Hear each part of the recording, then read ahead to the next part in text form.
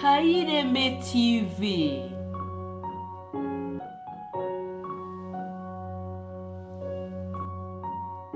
Abakunzi ba Kaireme TV mbahaye ikaze, muraho neza mwese, reka mbahe ikaze aho muherereye ku isi hose.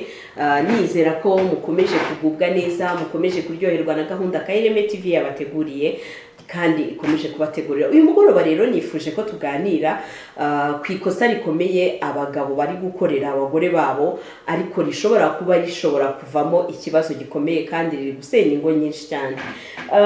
Mu by'ukuri ndabaha scenario imwe nahuye nayo, case nahuye nayo mu minsi yashize.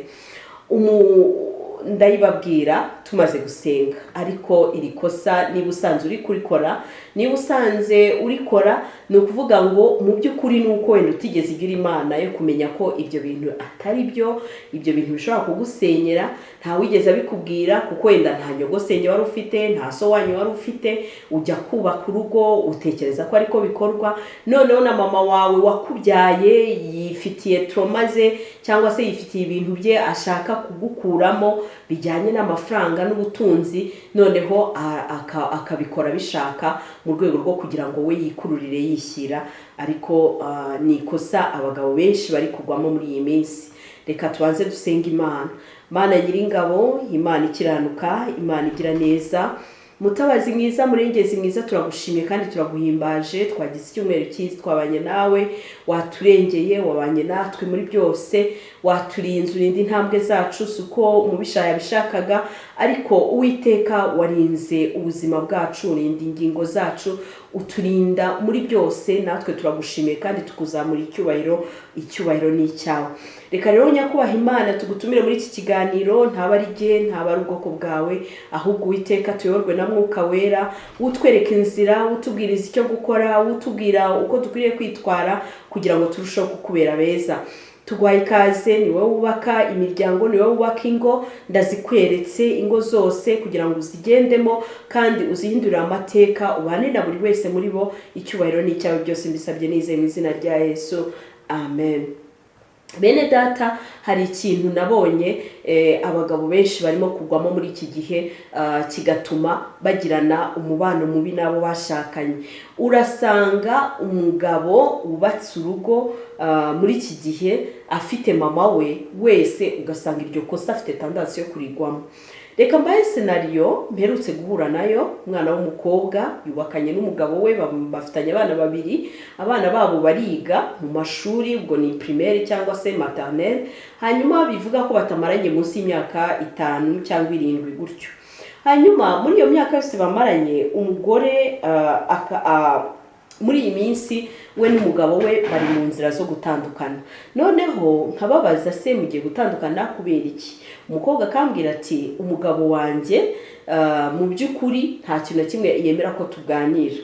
Ntabwo yakwemera ko tuganira ku bintu bijyanye n'amafaranga. Niba hari umushinga runaka, niba hari amafaranga runaka yaboneye yakoreye menshi, arayafata yose ayashyire mama we. Niba hari umushinga ashaka gukora, aragenda biganireho na mama we. Niba hari ibintu yaguze by'urugo, arabanza binyuze kwa mama we atugenere ibyo yohereza mu rugo rwanjye. Noneho njyewe deja akimara konta ko ibintu byose binyura kwa mama we, nahise nsobanukirwa. Kubera iki?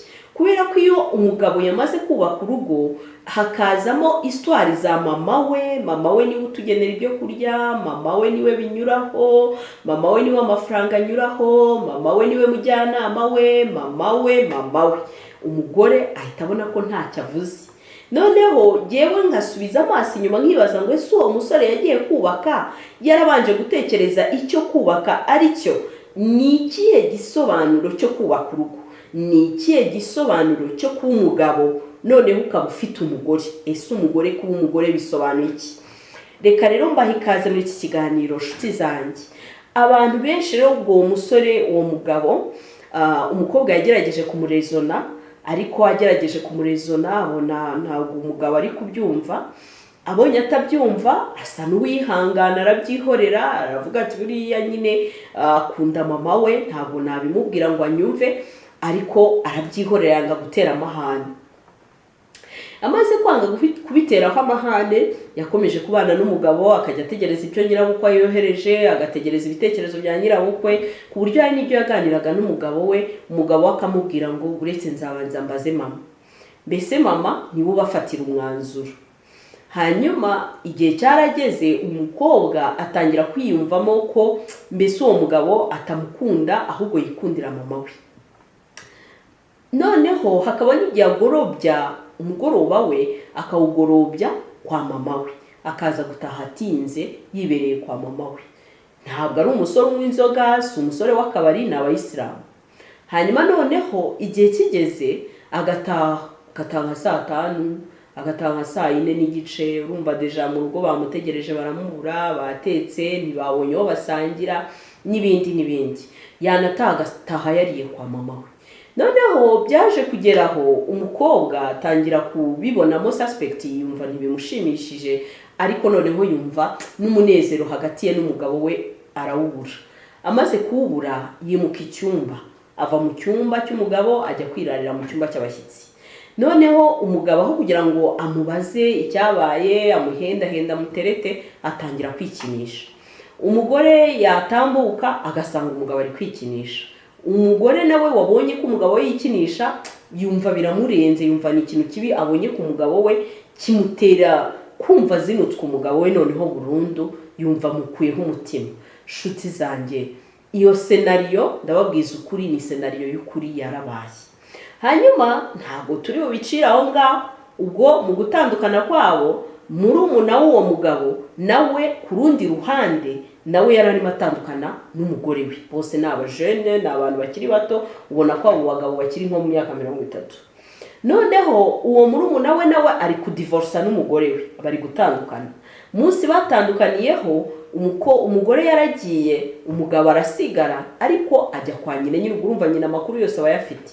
Noneho nyina ngo bigeze nijoro umugore yatashye iwabo aramuhamagara, ngo ese wabonye aho ujya? Wabonye aho ujya? ngo aho ujya. Mu yandi magambo umwana w'umukobwa yari imfubyi, ntabwo yari afite umuryango, wenda ngo arahukana ajye kuba ku muryango runaka, cyangwa se aratandukana n'umugabo ajye kuba ku muryango runaka. Nyirabukwe kugira ngo amuhamagare amubwira ati se mwana wanjye n'umuhungu wanjye mwapfuye iki, ese bimeze gute, ahubwo amuhamagara amubwira ngo wabonye aho ujya. Mu yandi magambo ni byiza ko wabonye aho ujya, genda ugiye ntuzagaruke. Uwo ni umubyeyi wabyaye abo bahungu babiri uko ari babiri. Ahari ashobora kuzagira rya n'iki kiganiro akacyumva, cyangwa se akaba n'undi mubyeyi umeze nk'uwo ushobora kudukurikira akadutega amatwi, naramuka twumvise azamenye ko ibyo akora azabibazwa n'Uwiteka. Ntabwo Imana yakwihanganira amafuti nk'ayo y'ababyeyi. Ijambo ry'Imana rivuga iki?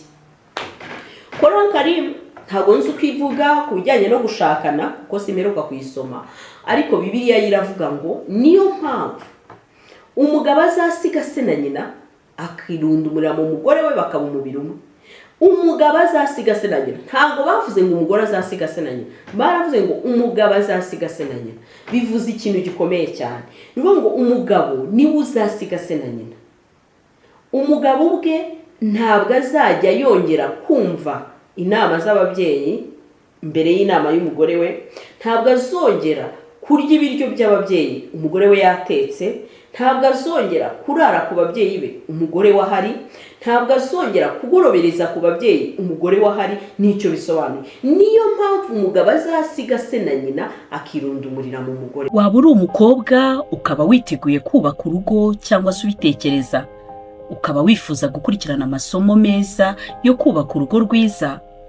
Waba se uri umubyeyi ukaba wubatse urugo, ariko ukaba wifuza kongera ubumenyi ndetse no kugira bimwe usobanukirwa mu byiza byo kubaka urugo n'uburyo warwubaka neza. Tuguhaye ikaze. Ikaze kuri Kayireme, amasomo yo kwigisha kubaka urugo rwiza ku bagore n'abakobwa azatangira muri iki cyumweru gitaha.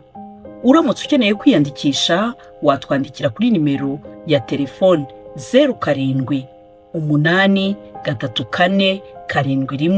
0783471034, hanyuma ugahabwa ibisabwa. Tuguhaye ikaze.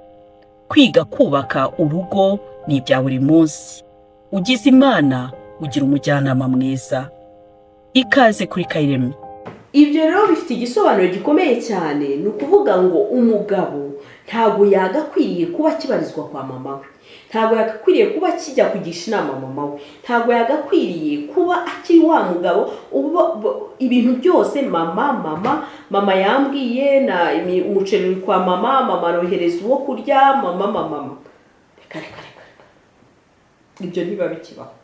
Cyakoze ntibuje ko wita ku mubyeyi wawe, iyo hari icyo akeneye urakimufasha ugishoboye, ariko nanone urugo rwawe nirwo prioritaire. Urugo rwawe nirwo prioritaire. Abagabo rero benshi muri iki gihe barimo baragwa muri uyu mutego wo kuba yarashatse ariko ntashaka umugore wo kuba umugore, ahubwo ashatse umugore wo gufata nk'umuntu udafite icyo avuze muri urwo rugo. Ntazagirwa inama n'umugore, ntazajya inama n'umugore, nta mushinga azapanga n'umugore, ibintu bye byose by'iterambere azabipanga na nyina, amazu azayandika kuri nyina, ibintu byose azabyandika kuri nyina. Hari iyindi couple nshaka kubabwira. Hari iyindi couple nayo yari abantu babiri bakijijwe, nabo ntago banywaga inzoga cyangwa se ngo tuvuge ngo ni ugusinda cyangwa n'iki cyabiteye. Umugore yaririmbaga muri korali n'umugabo aririmba muri korali, bose ari abarokore. Noneho umugore akaba yashakanye n'uwo musore bose bakiri batoya. Umusore yari afite 27 ans, umukobwa yari afite 21 ans. Umva ni umwana wari ukirangiza secondaire, akiri mu buzima bwo hanze, abumazemo nk'imyaka 3 wenda ari bwo yaratangiye kaminuza nimba yarayize ko.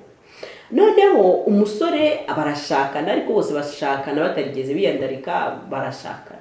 Bamaze gushakana, noneho umunsi umwe uwo mwana w'umukobwa yari afite undi muntu buzuraga. Kera bakiri abana muri secondaire, aza kujya hanze. Igihe yagarukiye aramubwira ati se urihe ngo ngusuhuze, just kugusuhuza.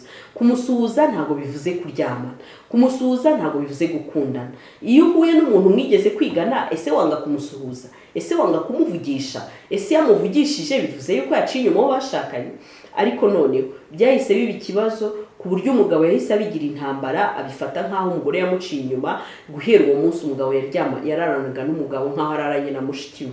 Ntabwo yongeye kuryamana nawe ngo bakorane imibonano mpuzabitsina. Umugore abana n'umugabo bimeze bityo kuwa mbere kugeza ku cyumweru, kwezi kugashira, umwaka ugashira, imyaka 3 irashira, bimeze gutyo. Mama w'umuhungu yaratuye hafi aho ngaho, akajya noneho acunga umugore. Bya bindi byari byuko yamuciye inyuma, iryo nshuro avuga ngo yamuciye inyuma kandi ataranamuciye inyuma, bivamo hiyongeraho nuko mama w'umuhungu akomeza ashyongeza amubwira umugore wawe ni igipapuro, yirirwa kuri telefone, umugore wawe yanyuze ahangaha yambaye agakanzu kabonerana, umugore wawe. Donc nyina w'umuhungu nawe atangira kugenda agira utundi yongera kumukazana. Umuhungu deja yamaze kwishyiramo ko umugore yamuciye inyuma, yamushyize mu gihano ntazi igihe kizarangirira. Kabiri, noneho umuhungu arimo kumva amabwire ya nyina. Byarangiye wa musore, wa mugabo afashe inzu ayandika kuri nyina.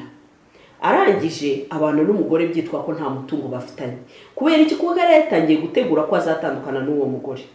Umugore rero byageze aho biramurenga, afata utwari igendera, baratandukana. Mu gutandukana gare ko ntibazongera kuririmba muri korali imwe, ntibazongera gusengera ahantu hamwe, kuko umukobwa yahise yimukaza i Kigali, kandi bari batuye mu nkengero. Bivuze iki? Bivuze ngo n'umuhungu yahise ava muri korali. Niba wasenye urugo deja watandukanye, kandi gutandukana si umushinga w'Imana, ntibyemewe. Ni uvuga ngo deja no muri korali ntiyari bugumemo. Ubwo bombi umurimo w'Imana bawuhagarikiye. Ikibuli kwihagararaho biba birabasenye, bibabujije no gukorera Imana.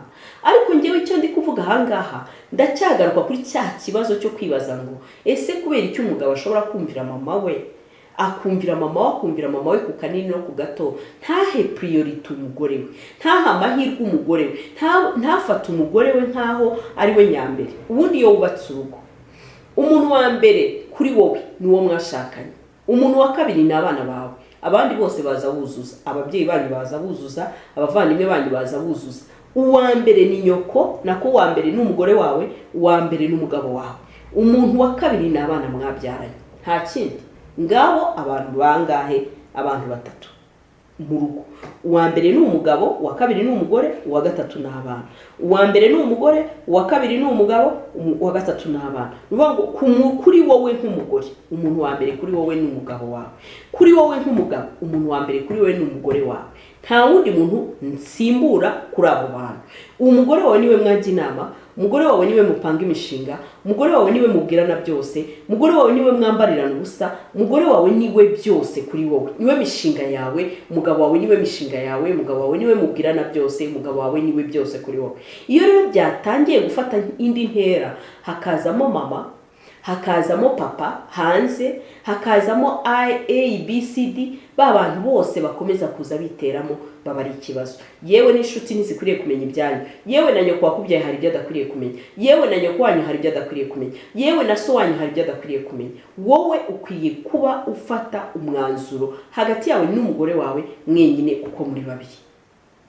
Rero mbwira abagabo bakundwa mudukurikiye, niba kano kantu mwajyaga mukagwamo mugasoreza aho ntikazongere kubabaho. Ni ikosa rikomeye kuba wajya inama na nyoko kandi ufite umugore wawe. Ni ikosa rikomeye kuba wafata imitungo y'urugo ukajya uyinyereza uyishyira nyoko, umugore wawe ntabizi, nta nubwo mwabigiyeho inama, nkaho nawe atagira nyina. None se natangira kujya agenda akajya kwa nyina nawe akabugenda avuga ibyawe byose, avuga ibyo imishinga yanyu, ubwo uzishima.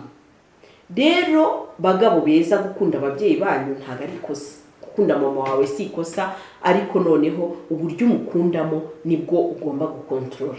Mama wawe ntasimbura umugore wawe. Yewe niyo watandukana n'umugore wawe, ejo uzifuza umugore wawe, kandi numwifuza nyoko ntazakubera umugore. Ubwo bivuze ngo uzaba indaya, kuko nurongora n'uwa kabiri agasanga iyo ngeso yo kujya gushyira ibintu nyoko byose ubishyira nyoko n'inama n'inyoko zikugira, n'ubundi azongera nawe aguti. Namara kuguta uzashaka uwa gatatu, bitumye uhinduka indaya kandi bitari ngombwa. Umugore wawe ni umugore wawe. Cyakoze hari abagore nshima, abagore b'abahanga cyane.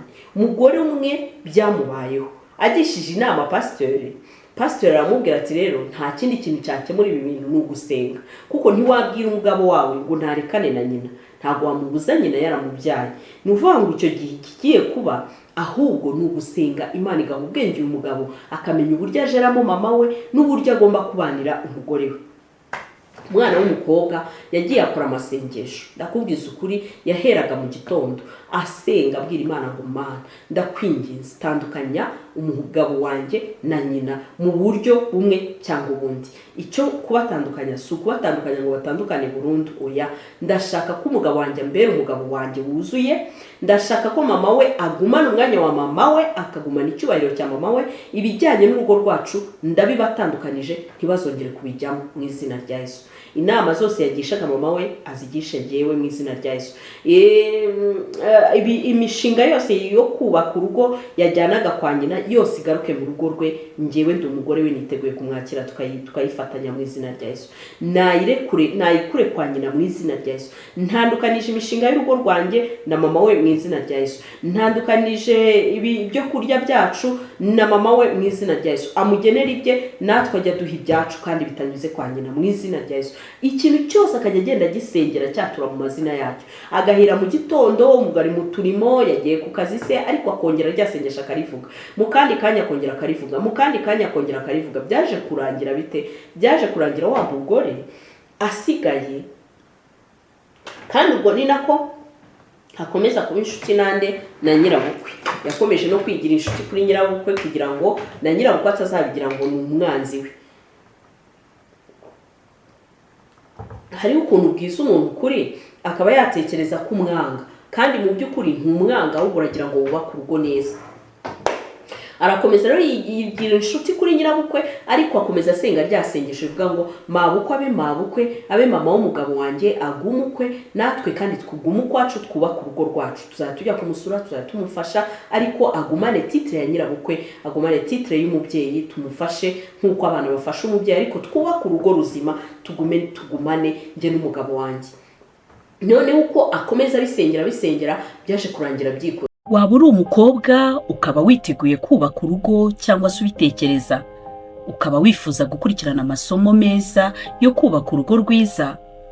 Waba se uri umubyeyi ukaba wubatse urugo ariko ukaba wifuza kongera ubumenyi ndetse no kugira bimwe usobanukirwa mu byiza byo kubaka urugo n'uburyo warwubaka neza, tuguhaye ikaze. Ikaze kuri Kayireme, amasomo yo kwigisha kubaka urugo rwiza ku bagore n'abakobwa azatangira muri iki cyumweru gitaha. Uramutse ukeneye kwiyandikisha, watwandikira kuri nimero ya telefone 0783471034, hanyuma ugahabwa ibisabwa. Tuguhaye ikaze. Kwiga kubaka urugo ni ibya buri munsi. Ugize Imana ugira umujyanama mwiza. Ikaze kuri Kayireme. Ngire n'ababyeyi nti birabujijwe kandi birabujijwe kuba wajya kubaka urugo rw'umwana wawe. Umwana wawe yarubatse, warangiza ukamukurikirana muri rwa rugo rwe, ukamukurikiranayo ku rwego adashobora kubaka urugo ngo yicare hasi yite ku rugo rwe, yite ku mugore we, agira igihe cy'umugore we, agira igihe cy'abana be, ahubwo wowe ugahora wintervene ushaka kugira ngo umwana wawe umukamemo amafaranga, umukamemo imikorere. Ejo nababwiye story y'umugabo wataye urugo rwe ajya kuba kwa nyina yabaga i Musanze, umugore w'abi Kigali. Noneho aragenda ajya kuba i Musanze.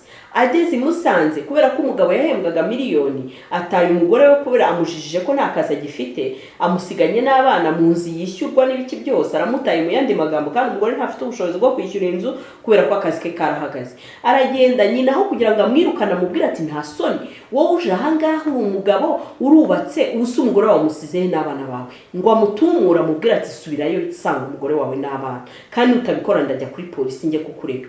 Aho kugira ngo amufashe kugira ngo umugabo ataha asanga umugore we n'abana, ahubwo aramwakira yishimye kubera ko yahembwaga miliyoni. Ahita ayibarira, atangira kumva ko azajya amuhamo nka 500 nka 300, mbese yumva ko amafaranga yabonetse.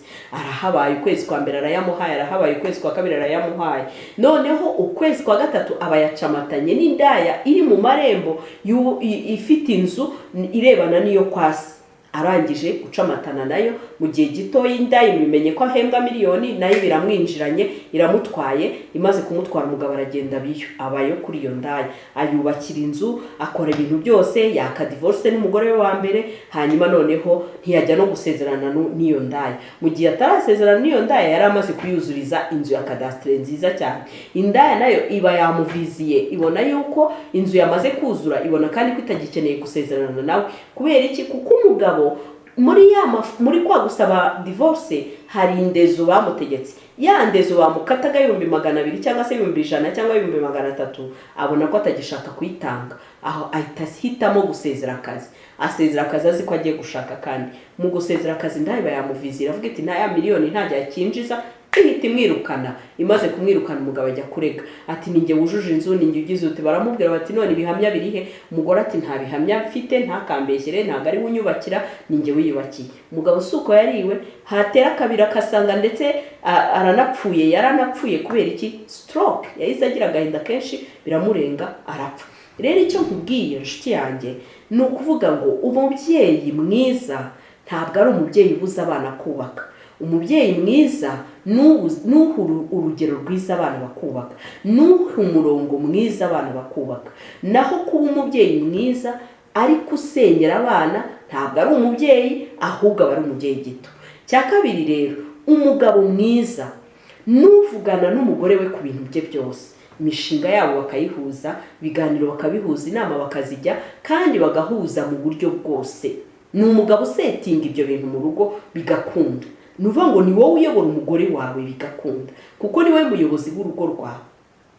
Hanyuma noneho umugore wawe ntago ugomba kumurutisha mama wawe, umugore wawe ntiwamurutisha papa wawe, umugore wawe ntiwamurutisha bashiki bawe, umugore wawe ntiwamurutisha bakuru bawe cyangwa barumuna bawe. Nuvuga ngo nta numwe ufite agaciro mu rugo rwanyu wa mbere uretse uwo mwashakanye.